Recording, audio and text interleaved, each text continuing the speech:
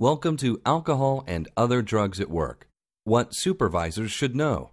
This program will increase your awareness about alcohol and other drugs of abuse, the effect these substances have on employee productivity and health, and the adverse impact on the well-being of your entire work organization.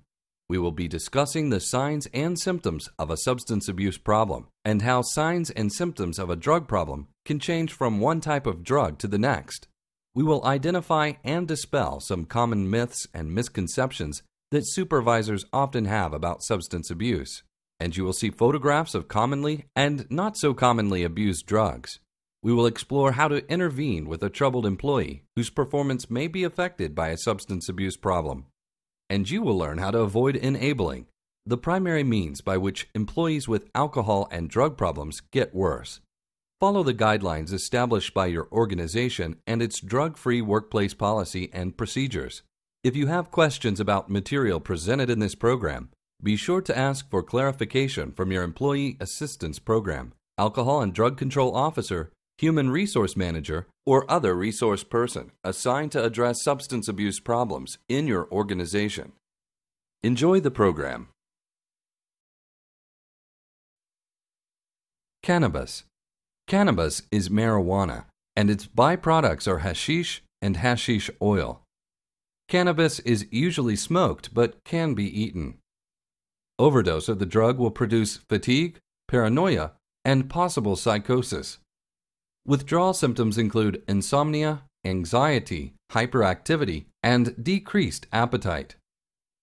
Workplace dangers include driving or occupational accidents, accidents from distorted time and space relationships, and impaired coordination. Other hazards include impaired motor skills and concentration. Cannabis is the second most used drug in the U.S. after alcohol. It is grown clandestinely nationwide. When smoked, the user feels high within minutes, peaking out in 10 to 30 minutes. Effects depend on the user's psychological state and THC strength. Low doses provide a feeling of well-being, relaxation, and a more vivid sense of sight, smell, taste, and hearing. Stronger doses may intensify reactions, shifting sensory imagery, rapidly fluctuating emotions, flights of fragmentary thoughts with disturbed associations, altered sense of self-identity, paranoia, illusion of heightened insight, and hallucinations. Frequently reported are hunger and an increased desire for sweets. Cannabis is called pot, Mary Jane, grass, or Acapulco Gold. The active ingredient that creates euphoria is tetrahydrocannabinol, or THC. Marijuana is stronger than it was in the 1960s or 1970s. It is grown domestically, and much of it is also smuggled into the U.S. Marijuana, hashish, and hashish oil have increasing levels of THC. Marijuana may be laced with adulterants such as PCP, substantially altering the effects and toxicity. In 1974, the average THC content in marijuana was less than 1%. Today's marijuana approaches 17%. Marijuana is addictive, but not all who experiment with the drug will become addicted. Research has demonstrated that marijuana alters brain chemistry, making users susceptible to other drug use.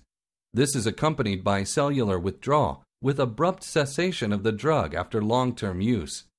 THC has the same impact as heroin on the key brain site that influences addiction to other drugs. 90% of polydrug users say that marijuana was their first drug. Marijuana blunts. Blunts are the same trade name of a cigar produced by a brand-name cigar company. Blunts may be any cigar hollowed out and replaced by marijuana. Hashish or Thai sticks. Hashish consists of THC-rich resinous material of the cannabis plant. Pieces are broken off and then smoked in a pipe. Hashish is about 6% THC and used to be 6 times stronger than marijuana. Today's marijuana is stronger. Hashish is imported from the Middle East, Africa, and Asia. Hash oil is about 15% THC.